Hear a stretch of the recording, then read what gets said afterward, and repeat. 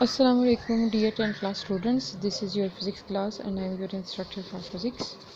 We were done with the simple harmonic motion, the introduction of the topic and this question that how prove that the mass attached to a spring performs as executes a simple harmonic motion. इसका दूसरा case जो है वो है जिसको हम कहते हैं बॉल एंड बाउल सिस्टम. ये आज आपका काम. देखें जी, एक छोटा सा मार्बल बॉल कह लें एक फ्रिक्शनलेस बाउल के अंदर स्लाइड करता हुआ ए तक लेकर आए. ए इज़ द एक्सट्रीम जहाँ तक लेके जाएंगे.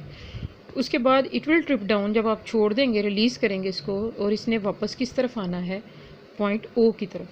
लेकिन ये ओ पे रुका नहीं रहेगा. ये अपने मोमेंटम की वजह से या इनर्शिया की वजह से बी की तरफ मूव करेगा. फिर बी पे जब उसकी एक्सट्रीम हो जाएगी, ब्रीफली रुकने के बाद दोबारा ओ की तरफ मूव करेगा और इसी तरह से ऑसिलेशन जो है ये कंटिन्यू रहेगी about point O which is mean के अबाउट बॉडी जो है वो बार बार सिंपल हार्मोनिक मोशन एग्जीक्यूट करेगी. यहाँ पर देखें एग्जैक्टली ओ के ऊपर जो अप्लाइड फोर्स है वो ज़ीरो है. क्यों? क्योंकि वेट और normal reaction are equal but opposite in direction. दोनों एक दूसरे के अनपैरेलल फोर्सेस हैं. ये अनलाइक पैरेलल. कौन सी कैटेगरी है ये फोर्सेस की आप पढ़ चुके हैं. That is probably opposite in direction unlike parallel forces, जिन्होंने एक दूसरे का इफेक्ट जो है वो कैंसिल कर देना. अच्छा, बॉडी ए से ओ की तरफ आती है because of the restoring force. O से बी की तरफ जाती है बिकॉज ऑफ द मोमेंटम और द इनर्शिया. बी से दोबारा ओ की तरफ आती है because of the restoring force. इसका मतलब है मीन की तरफ हर दफ़ा बॉडी को रिस्टोरिंग फोर्स इंटेंड करती है to move towards the mean position O. इस पूरे सिस्टम को हम क्या बोलते हैं? That is ball and bowl system. ठीक है, होपफुली समझ आ गई होगी आपको that what is the interpretation of this one.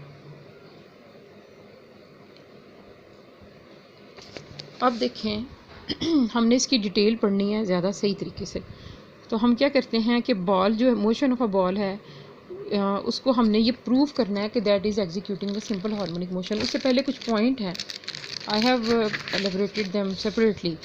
If oscillating body perform simple harmonic motion, तो ये सारे केसेस को उसने फॉलो करना है. सबसे पहली बात, जो फोर्स अप्लाइड है मीन की तरफ, applied on the mean will be equal to zero. ये अप्लाइड फोर्स है, ये स्टोरिंग फोर्स के साथ इसको कंफ्यूज नहीं करना.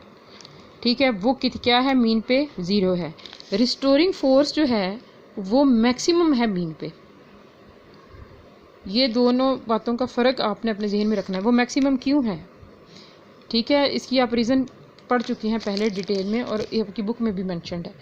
वेलोसिटी जो है वो डिक्रीज़ होती है when the body move towards extreme. इस तरह बॉडी ने जब एक्सट्रीम की तरफ मूव करना है बॉल एंड बॉल सिस्टम में, यहाँ से यहाँ तक एक्सट्रीम की तरफ, उसकी वेलोसिटी डिक्रीज़ होती है. फिर यहाँ पे एक ब्रीफली मूवमेंट के लिए स्टॉप करने के बाद it will again fall towards.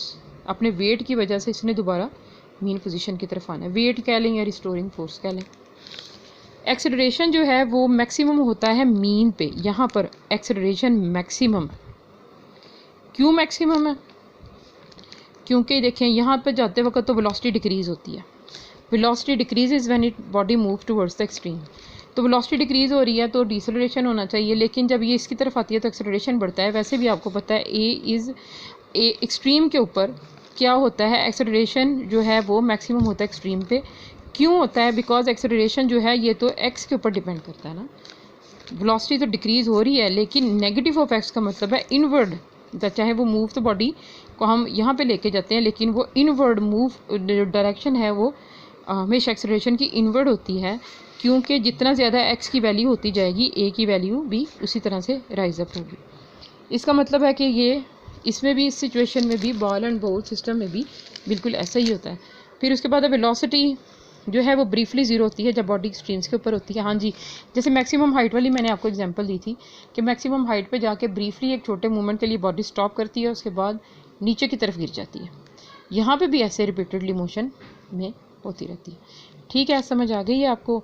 इसका ये मतलब है क्योंकि ये सारा कुछ इस सिस्टम में हो रहा है, इसका मतलब है that is the ball and bowl system. अब मैं आपको बताती हूँ आपने इसको लिखना किस तरीके से. लॉन्ग क्वेश्चन के तौर पे आएगा अगर ये क्वेश्चन पेपर में आया. आपने जैसे पिछले टॉपिक्स में बड़े अच्छे तरीके से हेडिंग्स यहाँ पे ऐड की थी, bodies at A, bodies at mean, bodies at B, आपने इसी तरह से इसी हेडिंग्स को डिवाइड करना है। सिंपल हार्मोनिक मोशन की स्टेटमेंट आपने ऐड करनी है जो कल आपने टॉपिक में इस जगह पे ऐड की थी।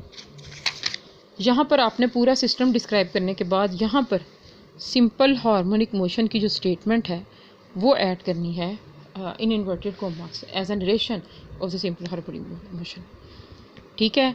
और इसके साथ रिस्टोरिंग फोर्स की डेफिनेशन भी आपने ऐड करनी है, ठीक है। और ये सारा फिनोमेना भी जो मैंने आपको बताया है, ये सारा इस टॉपिक के अंदर ये सारे पॉइंट जो हैं वो मेंशन है। ये आपकी आज की होम असाइनमेंट है। You have to learn this very much इक्विपली।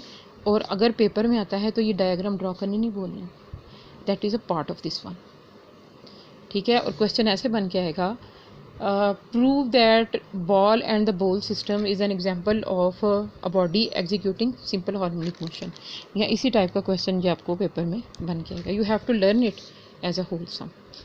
You can add the headings, reading करके हेडिंग जो है वो आपने खुद इसमें ऐड करनी है।